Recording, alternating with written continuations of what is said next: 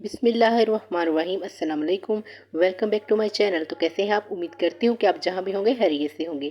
तो आज की रेसिपी बड़ी ही ज़बरदस्त होने वाली है। ना मटन, ना चिकन, ना गोश्त, और हम बनाएंगे प्याज वाले करेले। और यकीन जाने इतने मज़े के बनेंगे कि बस आप खाकर उंगलियां ही चाटते जाएंगे। तो रेसिपी स्टार्ट करते हैं। बिस्मिल्लाहिर्रहमानिर्रहीम। तो सबसे पहले हमने यहाँ पर लिए हैं तकरीबन आधा किलोग्राम करेले। अब इन करेलों को हम तेज़ छुरी या किसी कटर से हम ऊपर से छील लेंगे। तो जी हमने सारे करेले छील लिए हैं। अब हम करेंगे इनकी कटिंग। आप चाहें तो इनकी कटिंग रिंग की शक्ल में भी कर सकते हैं, यानी गोल शक्ल में भी हम इसको काट सकते हैं, लेकिन मैं यहाँ पर करेलों की जो कटिंग है, और अगर आप चाहें तो करेले के जो बीज हैं यहाँ पर इसी स्टेज पे निकालें, या फिर जब आप कटिंग करेंगे तो उसको हम नमक लगाएंगे और इसको थोड़ा सा मसलेंगे, तो सारे जो बीज हैं ये बिल्कुल सेपरेट हो जाएंगे। और जब हम इनको धोएंगे तो सारे जो तैर कर ऊपर आ जाएंगे, तब भी हम आसानी से बीज जो है वो लहदा कर सकते हैं। लेकिन मैंने ये तकरीबन यहाँ पर ही इसके जो बीज हैं वो सारे निकाल लिए हैं। तो ये देखिए जी बहुत ही आसान है इसके बीज निकालना भी। तो इसके साथ ही जो हमने 1 टेबल स्पून नमक लिया है, इसको हम करेलों के ऊपर लगा देंगे और अच्छी तरह से मसल लेंगे।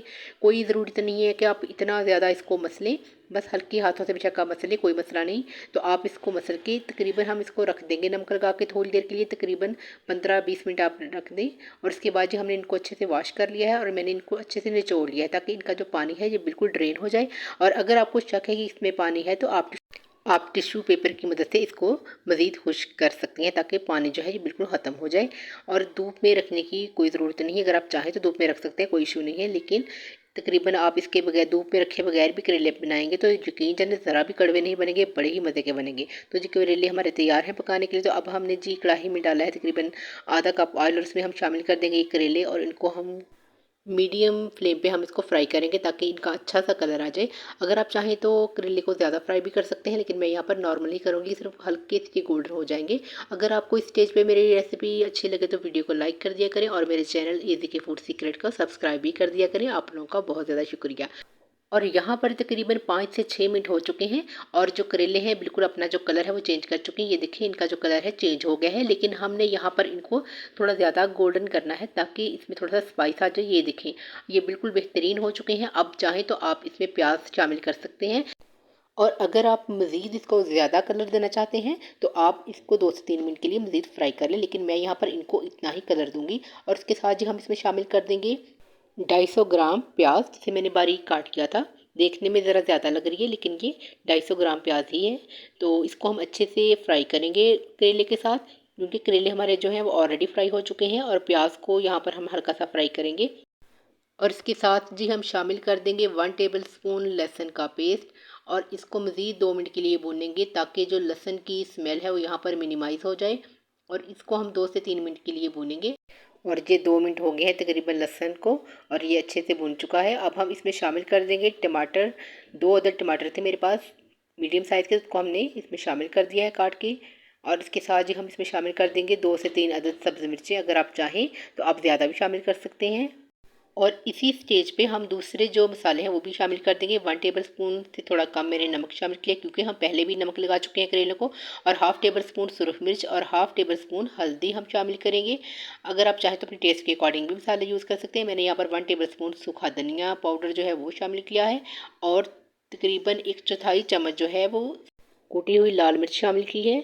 और इसके साथ ही हम इसको अच्छे से भूनेंगे ताकि जो मसाले हैं, नमक मिर्च जो है ये अच्छे से भून जाए। और अब हम यहाँ पर इसको 2 से 3 मिनट के लिए भूनेंगे। नमक मिर्च आप अपने टेस्ट के हिसाब से भी शामिल कर सकते हैं। मैंने मिर्च जो है वो ज़रा कम ही रखी है। और अब जी हम इसमें शामिल कर देंगे आधा कप के करीब दही, और इसको मज़ीद 2-3 मिनट के लिए भूनेंगे। फ्लेम जो है बिल्कुल हम लो कर देंगे ताकि दही की जो फटकलियाँ ना बन जाए। और अब हम यहाँ पर इसको अच्छे से भूनेंगे। यकीन जानिए अगर आप दही से करेले बनाएंगे तो करेले में जो कड़वापन है वो बिल्कुल ही नहीं रहेगा। बड़े ही मज़ेदार ज़बरदस्त किस्म के करेले बनकर तैयार होंगे। अब हम यहाँ पर इसको दम लगा देंगे तकरीबन 10 मिनट के लिए, दम वाली आंच पे। और ये देखिए 10 मिनट बाद माशाल्लाह से करेले जो है बनकर तैयार हो गए। ये देखिए ज़बरदस्त किस्म के करेले हैं, अच्छे से ये सारा कुछ फ्राई हो गया, और ये देखिए अच्छी तरह से भुन भी चुके हैं। और ये देखिए ये ज़बरदस्त किस्म के करेले तैयार हैं। ये देखिए, और कोई इतनी मेहनत नहीं करना पड़ी करेलों को, ना हमने इसको धूप में रखा है, कुछ भी नहीं किया। आसानी से जिस तरह दूसरी हंडियाँ बनाते हैं वैसे ही हमने बनाया है, और यकीन जानिए ये बड़े ही मज़े के बनकर तैयार होंगे। ना ही इतने कड़वे बनेंगे। उसके ऊपर थोड़ी सी हमने काली मिर्च शामिल की है, और 1 टेबलस्पून के करीब हमने सूखा धनिया लेकर साबुत हाथों से मसल कर वो शामिल कर देना है। इससे बड़ा ही अच्छा फ्लेवर आएगा। और उसके साथ जो हम इसमें शामिल कर देंगे हरी मिर्च 3 से 4, जितनी आपको पसंद है, आप ज़्यादा पसंद करते हैं तो ज़्यादा शामिल कर लें, वो हम शामिल कर देंगे। और उसके साथ जी हरा धनिया इस वक्त मेरे पास नहीं है तो आप ज़रूर शामिल कीजिएगा। तो माशाल्लाह से ज़बरदस्त मेरे करेले जो है पक कर तैयार हो गए हैं।